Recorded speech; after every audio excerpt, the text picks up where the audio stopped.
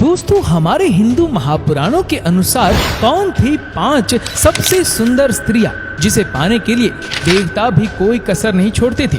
और इनमें से कुछ स्त्रियों के दीवाने तो स्वयं भगवान श्री कृष्ण भी थे। हम आपको बता दें कि ये स्त्रियां इतनी सुंदर थी जिसकी वजह से महाभारत और रामायण जैसे कई सारे भीषण युद्ध भी हुए। तो चलिए जानते हैं आखिर कौन थी ये 5 सबसे सुंदर स्त्रियां। नंबर 5, अहिल्या। अहिल्या जी स्वयं ब्रह्मा जी की पुत्री थी। उन्हें यह वरदान प्राप्त था कि वो हमेशा 16 साल की बने रहेंगी। वो बेहद ही सुंदर थी। सब ऋषि, देव, असुर उनसे विवाह करना चाहते थे।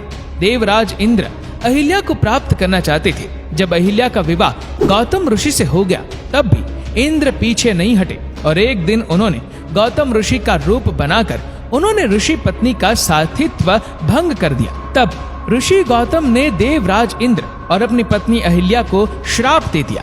अहिल्या पाषाण की बन गई। जब भगवान विष्णु स्वयं भगवान श्री राम के रूप में पधारे तब उन्होंने अहिल्या का उद्धार किया और उन्हें स्वयं पत्थर से एक स्त्री के रूप में वापस परिवर्तित किया।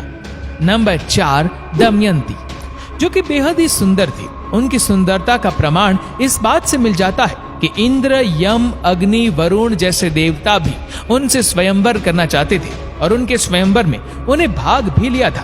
कहते हैं दमयंती भी सभी से विवाह करने की इच्छा रखती थी, परंतु उसे निषाद देश के राजकुमार नल से प्रेम हो गया था। नल और दमयंती के प्रेम की कथा का वर्णन हमें महाभारत वन पर्व में भी मिलता है। नंबर 3, सत्यभामा। सत्यभामा स्वयं भगवान श्री कृष्ण की प्रिय पत्नी थी और अत्यंत सुंदर और एक योद्धा भी थी। जब भगवान श्री कृष्ण पांडवों से मिलने जाते हैं तो वो सत्यभामा को भी साथ ले जाते हैं। द्रौपदी सत्यभामा को अनुपम सुंदर स्त्री कहकर बुलाती है। माँ सत्यभामा भूदेवी का अवतार थी और उनका जन्म नरकासुर के संहार के लिए ही हुआ था। नंबर 2, उर्वशी। एक समय की बात है, ऋषि नर नारायण हिमालय में स्थित बद्रीनाथ में तपस्या कर रहे थे। उनकी तपस्या ने इंद्र तथा अन्य देवताओं को चिंतित कर दिया था। इसीलिए इंद्र ने कामदेव, वसंत और अप्सराओं को नर नारायण की तपस्या भंग करने के लिए भेजा। ऋषि नारायण उनके इस कार्य से क्रोधित हो गए और उन्होंने अपनी जांघ पर हाथ मारा। उसी समय वहां एक सुंदर अप्सरा निकली और उसका आकर्षण आकाशीय अप्सराओं से कहीं ज्यादा था।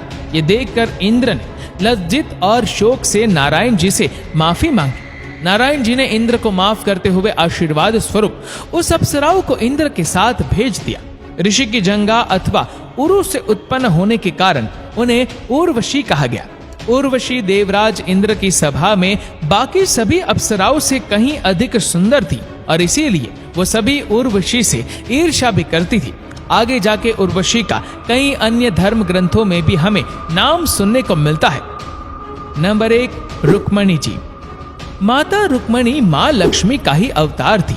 श्रीमद् भागवत गीता में जब माँ रुक्मणी माँ अंबिका के मंदिर से बाहर आती है और गहनों से सजी होती है, उनकी अनुपान सुंदरता को देखकर राजा महाराजा जो उनसे स्वयंवर के लिए एकत्रित हुए थे उनके होश उड़ जाते हैं और वहां पर भगवान श्री कृष्ण की पहली पत्नी स्वयं कोई और नहीं बल्कि रुक्मणी जी ही बनी थी, जो बेहद ही सुंदर थी। और रुक्मणी को स्वयं भगवान श्री कृष्ण उनके मंडप से भगा ले गए थे। उसके बाद उनके भाई रुक्मी के साथ भगवान श्री कृष्ण का युद्ध भी हुआ था, जहां रुक्मी परास्त हो गए थे।